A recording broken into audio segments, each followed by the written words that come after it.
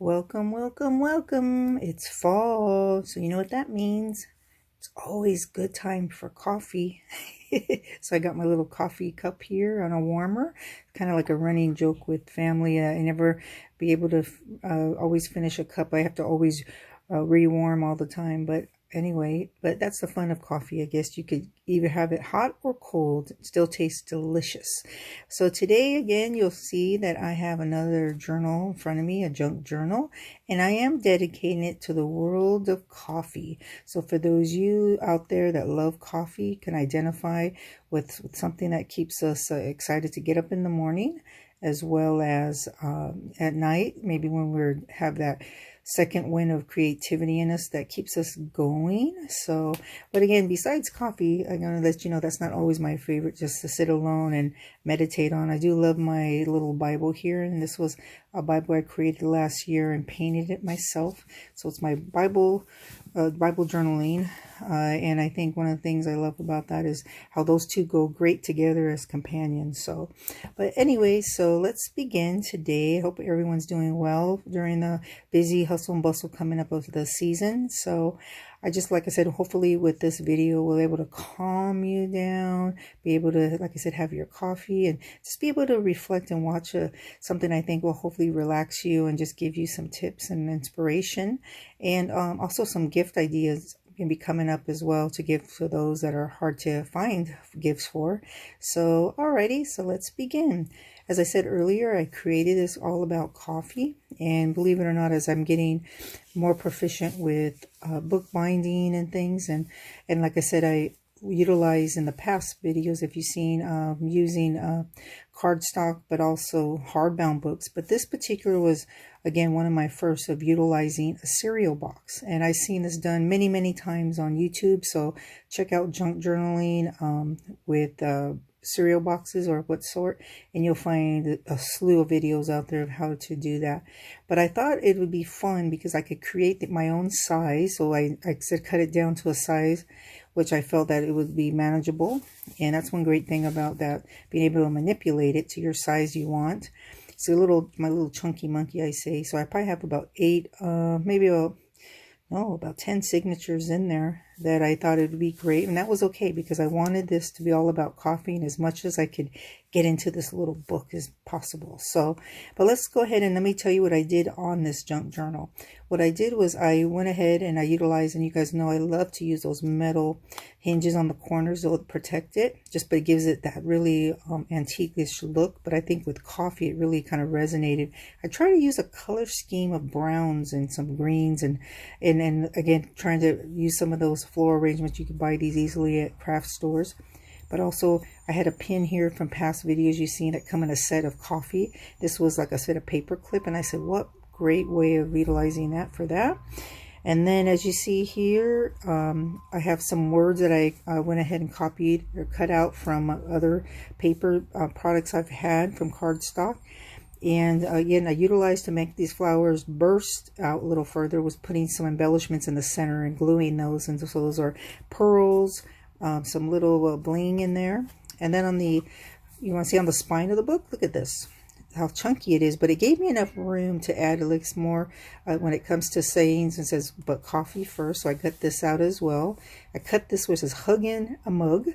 And I love this, wake, pray, love, and repeat. So, and then again, some more coffee, caffeine queen. And as you can see, I used on my Betty Boop these rivets, and I had enough to utilize them on this journal, junk journal. So those were those rivets I was telling you about. It's a ribbon and they're rivets, but it just gives that really nice texture and feel to the book. And I just love that. And then again, here, as you see on the back side, I utilized some of these words. And again, I think it was at Michael's that had a full-on coffee cardstock of just various coffee scenes. That's where a majority of these pictures came from. And again, with the words like that. So I cut them out and pasted them there. More hinges and more of that paper. So with that being said, let's go ahead and take a look inside. And like I said, I have a little hinge right here, paper clip that kind of closes it. So if you'll notice that, I like everything to be intact.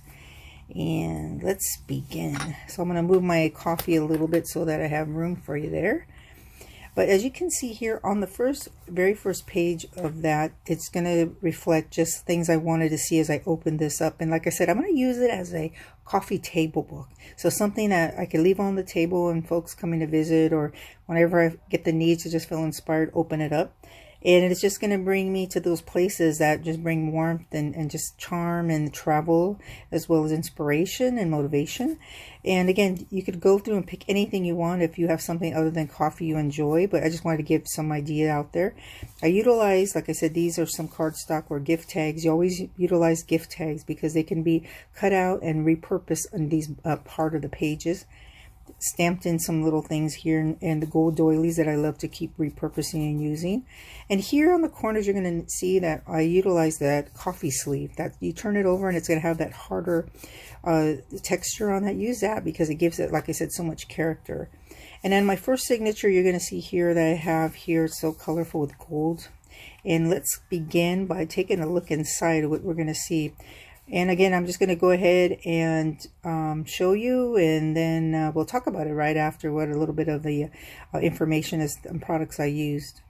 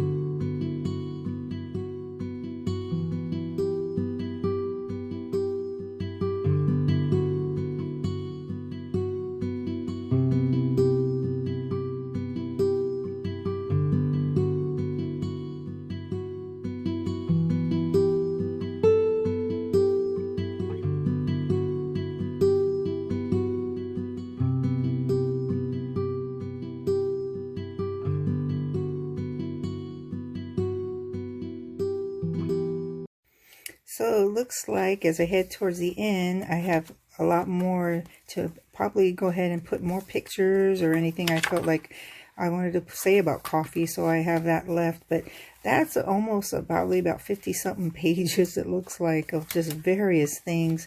And again, as I was going through, I hope you saw some of the things I repurposed. Was a lot of them probably images that I received and downloaded, like as well as gift cards. Actually, they could be my own personal pictures with some of them. You saw me in here.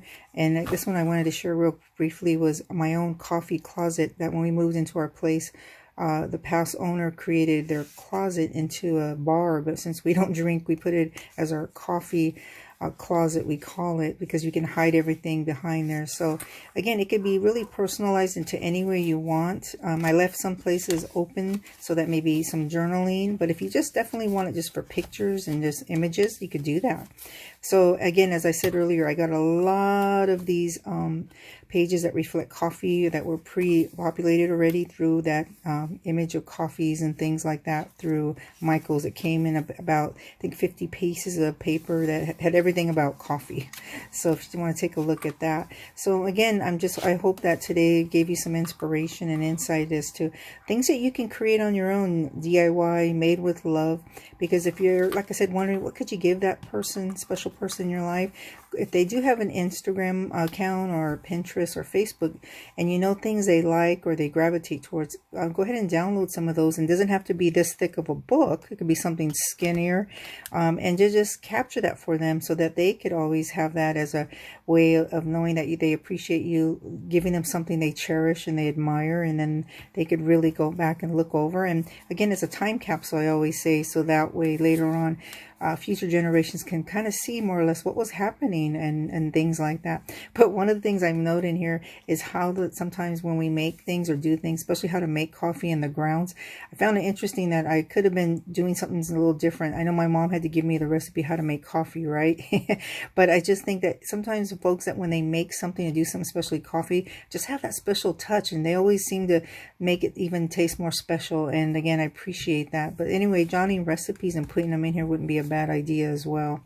So again, here's my like I said, my little chunky table book I created out of a cereal box. And again, I just really had a good time doing that, and I hope today's video was insightful for you to see some ideas you could go ahead and run with.